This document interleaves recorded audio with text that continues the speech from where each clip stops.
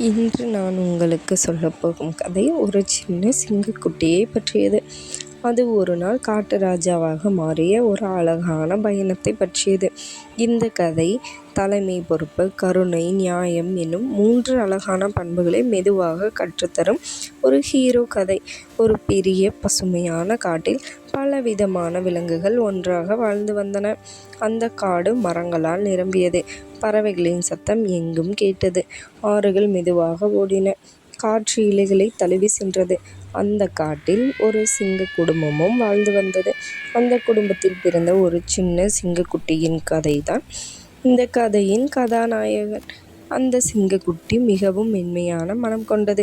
பிற குட்டிகள் போல சத்தமாக விளையாடாமல் மர நிழலில் அமைதியாக உட்கார்ந்து சுற்றியுள்ள உலகத்தை கவனிப்பது அதற்கு மிகவும் பிடிக்கும்.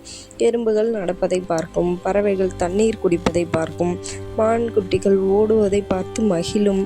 அதன் மனம் அடிக்கடி ஒரு விஷயத்தை நினைக்கும்: நான் ஒரு பெரிய சிங்கமாக மாறுவேன். ஆனால் நான் எப்படி ராஜாவாக இருக்க வேண்டும்? அந்த சின்ன சிங்கக்குட்டிக்கு ராஜா என்றால் சத்தமாக கர்ஜிப்பது மட்டுமல்ல என்று தோன்றியது. ராஜா என்றால் அனைவரையும் பாதுகாக்க வேண்டும், அனைவரையும் புரிந்து கொள்ள வேண்டும், அனைவருக்கும் நியாயம் செய்ய வேண்டும். ஒரு நாள் காலை காடு வழக்கத்தை விட அமைதியாக இருந்தது. பறவைகளின் சத்தம் குறைவாக இருந்தது. மிருகங்கள் எல்லாம் குழப்பமாக ஓடிக்கொண்டிருந்தன. அந்த சின்ன சிங்கக்குட்டி மர நிழலிலிருந்து வெளியே வந்து பார்த்தது. அப்போது அது கவனித்தது, காட்டின் நடுவில் ஓடும் சிறிய ஆறு மண் சரிவால் அடைத்து கொண்டிருந்தது. அதனால் தண்ணீர் செல்ல முடியாமல் ஒரு பக்கம் தண்ணீர் தேங்கி கொண்டிருந்தது. மற்றொரு பக்கம் பல விலங்குகளுக்கு தண்ணீர் கிடைக்காமல் இருந்தது. சில குட்டி மான்கள் தாகமாக இருந்தன. சில பறவைகள் தண்ணீர் தேடி அலைந்தன. சில சிறிய விலங்குகள் சோர்வாக இருந்தன. அந்த காட்சியை பார்த்து அந்த சின்ன சிங்கக்குட்டியின் மனம் வலித்தது. அது புரிந்து கொண்டது, இது ஒரு சின்ன பிரச்சனை அல்ல, இது எல்லாருடைய வாழ்க்கையை பாதிக்கும் ஒரு பெரிய பிரச்சனை. அந்த சிங்கக்குட்டி மெதுவாக அந்த ஆற்றின் அருகே சென்றது. அந்த இடத்தை கவனமாக பார்த்தது. மண் சரிந்து விழுந்ததால் பெரிய கற்களும் மரக்கட்டைகளும் சேர்ந்து ஆற்றை மூடியிருந்தன. தனியாக இருந்தால் இந்த பிரச்சனை சரி செய்ய முடியாது என்பதை அது புரிந்து கொண்டது. அந்த கணத்தில் அந்த சின்ன சிங்கக்குட்டி ஒரு முடிவெடுத்தது. நான் பலமாக இருக்க வேண்டியதில்லை, ஆனால் நான் எல்லோரையும் ஒன்று சேர்க்க வேண்டும். அது காடு முழுவதும் மெதுவாக சுற்றி நடந்தது.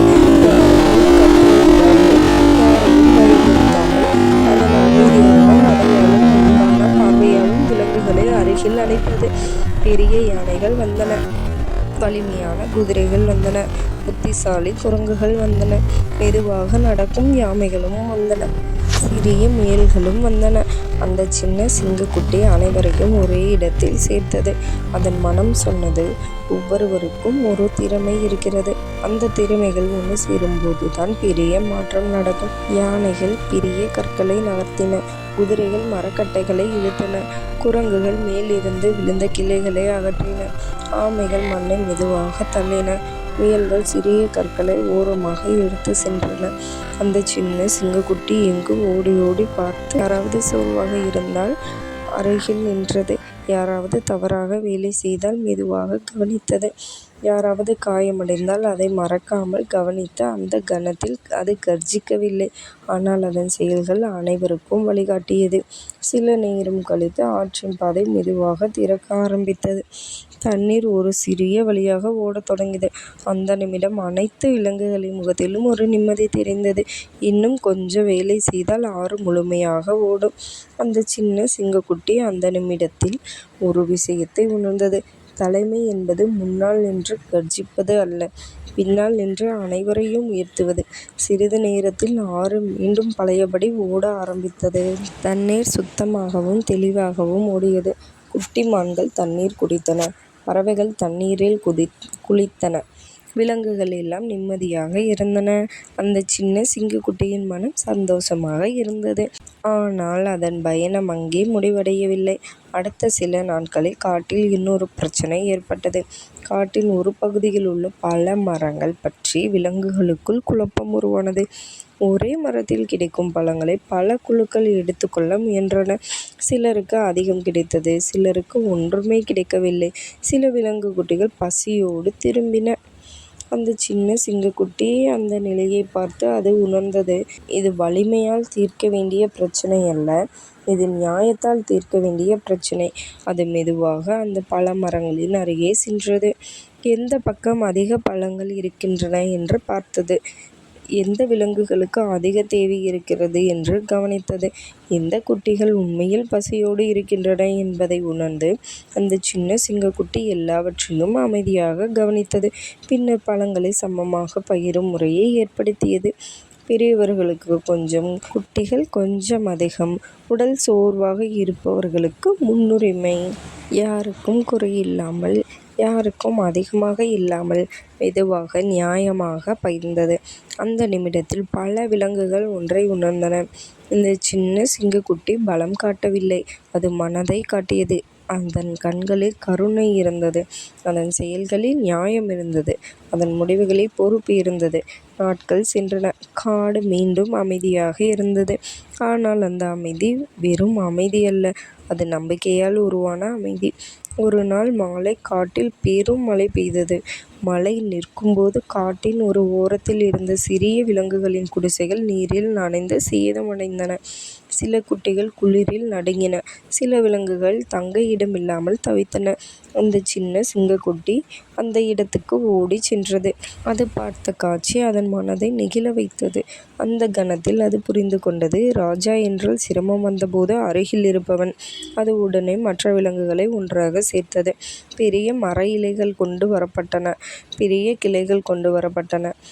சில விலங்குகள் மண்ணை தள்ளின, சில விலங்குகள் தண்ணீரை விலக்கின. அந்த சின்ன சிங்கக்குட்டி மழையில் நனைந்தபடியே அவர்களுடன் சேர்ந்து வேலை செய்தது. அது ஒதுங்கி நின்று பார்க்கவில்லை, அது முன்னால் நின்று உழைத்தது. சிறிது நேரத்தில் சின்ன குடிசைகள் மீண்டும் அமைக்கப்பட்டன. குட்டி விலங்குகள் பாதுகாப்பாக இருந்தன. அந்த காட்சியை பார்த்த அந்த நிமிடத்தில் காட்டில் உள்ள பலரும் மனதில் நினைத்தார்கள், இந்த சிங்கக்குட்டி நிச்சயம் ஒரு நாள் காட்டு ராஜாவாக மாறும். ஆனால் அந்த சின்ன சிங்கக்குட்டிக்கு அந்த பெயர் முக்கியமில்லை, அதற்கு முக்கியமானது காடு மகிழ்ச்சியாக இருக்கிறதா என்பதே. ஒரு நாள் காலை சூரியன் மெதுவாக எழுந்தபோது காட்டின் நடுவில் அனைத்து விலங்குகளும் ஒன்றாக கூடின. அந்த சின்ன சிங்கக்குட்டி அந்த கூட்டத்தின் நடுவில் அமைதியாக நின்றது. அந்த நிமிடத்தில் அது உணர்ந்தது, இப்போது அது தனியாக இல்லை, இந்த காடுதான் அதன் குடும்பம். அந்த கணத்தில் அந்த சின்ன சிங்கக்குட்டி மனதுக்குள் ஒரு உறுதியான உணர்வை பெற்றது. நான் பலமாக இருப்பதற்காக அல்ல, நல்லவனாக இருப்பதற்காக ராஜாவாக இருக்க வேண்டும். அந்த நாளிலிருந்து அந்த சின்ன சிங்கக்குட்டி மெதுவாக ஆனால் உறுதியாக காட்டு ராஜாவாக மாற ஆரம்பித்தது. அது மகுடம் அணியவில்லை, அது சிம்மாசனத்தில் அமரவில்லை, ஆனால் அதன் செயல்கள்தான் அதன் அரசாட்சியாக இருந்தன. அதன் கருணைதான் அதன் வலிமையாக இருந்தது, அதன் நியாயம்தான் அதன் அடையாளமாக இருந்தது. இந்த கதை நமக்கு சொல்லும் ஒரு அழகான உண்மை இதுதான் குழந்தைகளே. தலைமை என்பது பயமுறுத்துவது அல்ல, தலைமை என்பது அனைவரையும் பாதுகாப்பது, தலைமை என்பது நியாயமாக நடப்பது, தலைமை என்பது கருணையுடன் முடிவு செய்வது. நீங்களும் ஒரு நாள் உங்கள் வீட்டில், உங்கள் பள்ளியில், உங்கள் நண்பர்கள் நடுவில் ஒரு நல்ல தலைவராக மாறலாம். ஏனென்றால் உங்களுக்குள் இருக்கும் அன்பும், உங்களுக்குள் இருக்கும் நேர்மையும், உங்களுக்குள் இருக்கும் கருணையும் தான் உங்களை ஒரு உண்மையான ஹீரோவாக மாற்றும். இந்த கதை உங்களுக்கு பிடிச்சிருந்துச்சுன்னா லைக் பண்ணுங்கள், ஷேர் பண்ணுங்கள், கமெண்ட் பண்ணுங்கள். மறக்காமல் சேனலை சப்ஸ்கிரைப் பண்ணுங்கள். பாய்.